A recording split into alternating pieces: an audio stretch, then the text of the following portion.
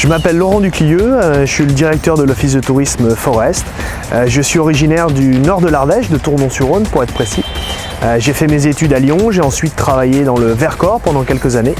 Et je suis arrivé il y a quelques années déjà ici dans le Forêt, puisque c'était en 2002. Mon job, c'est d'assurer le management de toute l'équipe de l'Office de tourisme de Forest, s'assurer que les décisions prises par le comité de direction, nos élus et son président sont bien respectées sur le terrain. Mon travail, c'est aussi d'assurer une bonne articulation avec la communauté de communes de Forest, qui est notre organisme de tutelle, qui elle, via ses élus, fixe les grandes orientations politiques sur le mandat.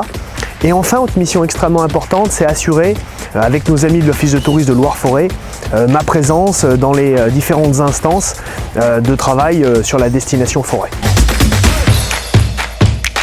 Une petite anecdote sur moi, quand j'étais au lycée, jusqu'au lycée, je voulais être glaciologue. Et quand on est glaciologue, on est à la recherche des glaciers, donc plutôt du côté des Pyrénées ou surtout des Alpes.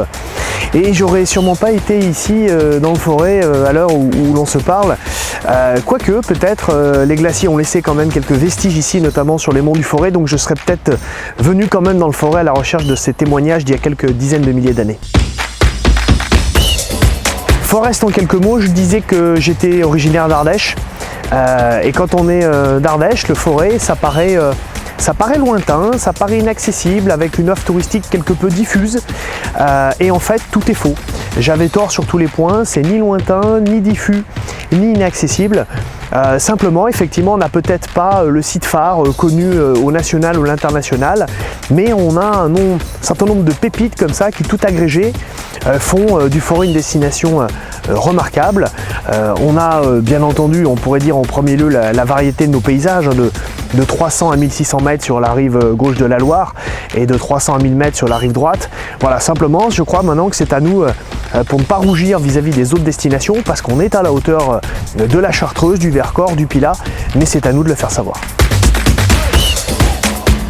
On est devant le château de Moron-les-Bains, dit plutôt d'ailleurs château de Moron.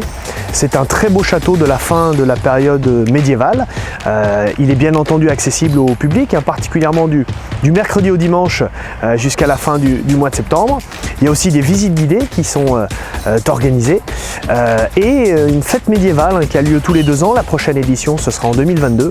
Une grande fête d'envergure nationale qui accueille plus de 10 000 passionnés du médiéval et d'ailleurs d'autres publics. Voilà donc un très beau site que je vous invite à visiter.